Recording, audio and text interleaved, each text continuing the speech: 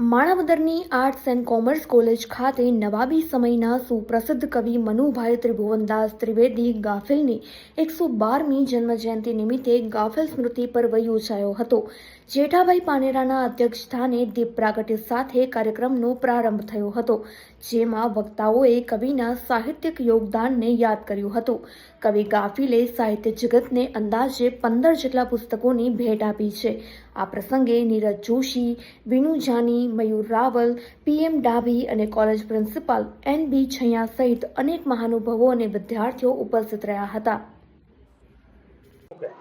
જન્મભૂમિ પ્રથમ તીર્થ માણાવદરના નવાબી કવિ મનુભાઈ ત્રિભુવનદાસ ત્રિવેદી ની આજે 112મો જન્મદિવસ છે।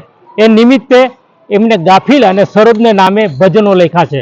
પ્રતિવર્ષની માફક આજે પણ માણાવદરની આર્ટ્સ એન્ડ કોમર્સ કોલેજમાં જેઠાભાઈ પાનેરાના અધ્યક્ષસ્થાને ગાફિલ સ્મૃતિ પર્વનો પ્રારંભ થયો।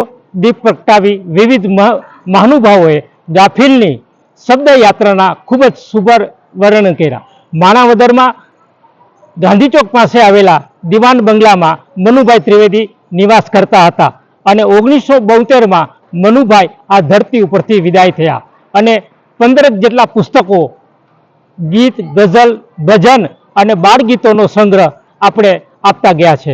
જૂની પેઢીના ખૂબ જ જાણીતા કવિ એટલે મનુભાઈ ત્રિવેદી। જુદી છે બંદગી મિજાજે મિજાજે, જુદી છે બંદગી મિજાજે મિજાજે, જુદી છે બંદગી મિજાજે મિજાજે। નમસ્કાર।